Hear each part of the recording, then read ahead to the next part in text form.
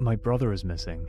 Anyone who saw My or cousin glimpsed him. went missing yesterday in Zakim. Ahab If anyone Adel hears his Mansour, name. 16 years old, went missing in the Zakim area. My son went missing while going to the aid area in Zakim on Sunday. Messages from desperate families, all searching for loved ones who went out to seek aid and never came back. 23-year-old Amar Wadi was one of them, last seen in June going to the Zakim crossing in northern Gaza, where United Nations food trucks entered. His mother is still desperate for answers. يعني نفسي أرتاح أعرف وين مصيره يعني حتى يعني لو شهيد الحمد لله كله من الله رضا راضيني بربنا.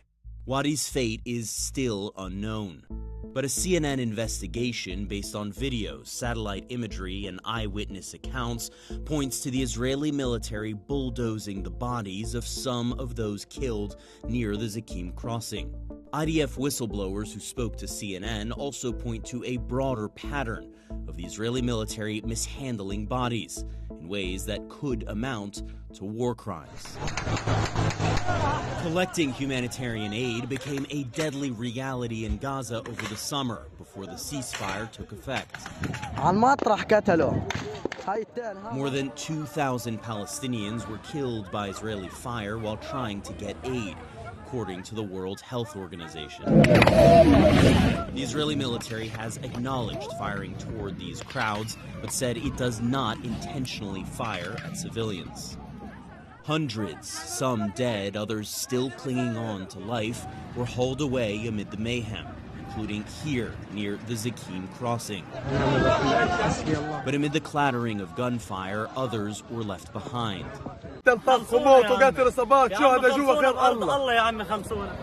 6 aid truck drivers told CNN they saw dozens of bodies near the Zakim crossing. One shared these photos showing partially buried remains surrounded by aid boxes. Some said they witnessed Israeli military bulldozers burying bodies.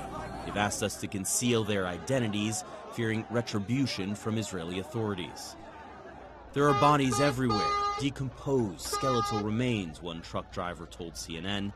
Some are covered with dirt because the army cannot tolerate the smell of decomposing bodies, said another. I watched Israeli bulldozers bury the dead, said a third. This video appears to show the aftermath of Israel's bulldozing. Alongside a crushed, overturned truck, partially covered bodies of several Palestinians jut out from the earth. A paramedic at the scene said rescue workers managed to haul away 15 dead Palestinians.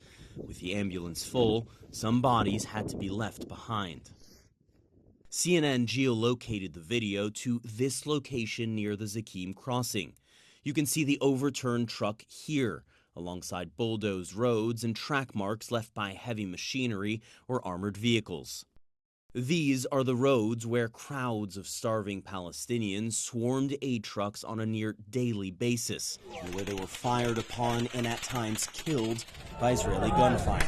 We geolocated multiple videos of people being shot and killed to these bulldozed areas, the same areas where Palestinians said some bodies were left behind in the chaos. On August 9th, 31 hours after crowds are seen here, evidence of fresh bulldozing appears in the exact same location.